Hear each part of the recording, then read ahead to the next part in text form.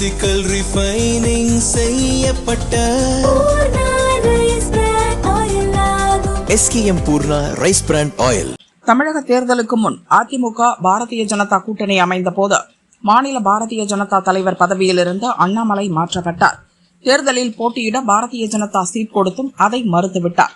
பிரச்சாரம் மட்டும் செய்தார். அண்ணாமலை தமது பிறந்த நாளான ஜூன் 4 மக்கள் சக்தி இயக்கம் என்ற புதிய கட்சியை தொடங்க இருப்பதாக தகவல் பரவி வருகிறது. இச்சூழலில் அண்ணாமலை இன்று டெல்லிக்கு புறப்பட்டார். பாரதிய ஜனதா தேசிய தலைவர் நிதின் நவீன் உள்ளிட்டோரை அவர் சந்திக்க இருப்பதாக கூறப்படுகிறது. டெல்லி செல்வதற்காக பாரதிய ஜனதா கொடி இல்லாத காரில் தான் சென்னை ஏர்போர்ட்டுக்கு வந்தார்.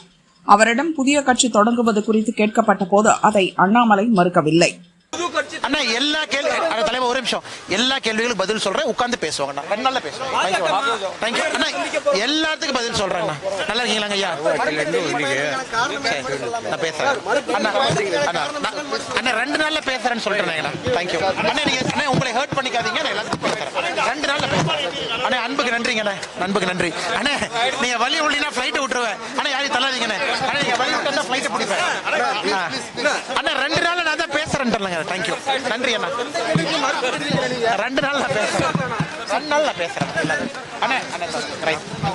அண்ணா நன்றிங்க சார். நன்றி நன்றிங்க அண்ணா. உடம்பு பார்த்துங்க.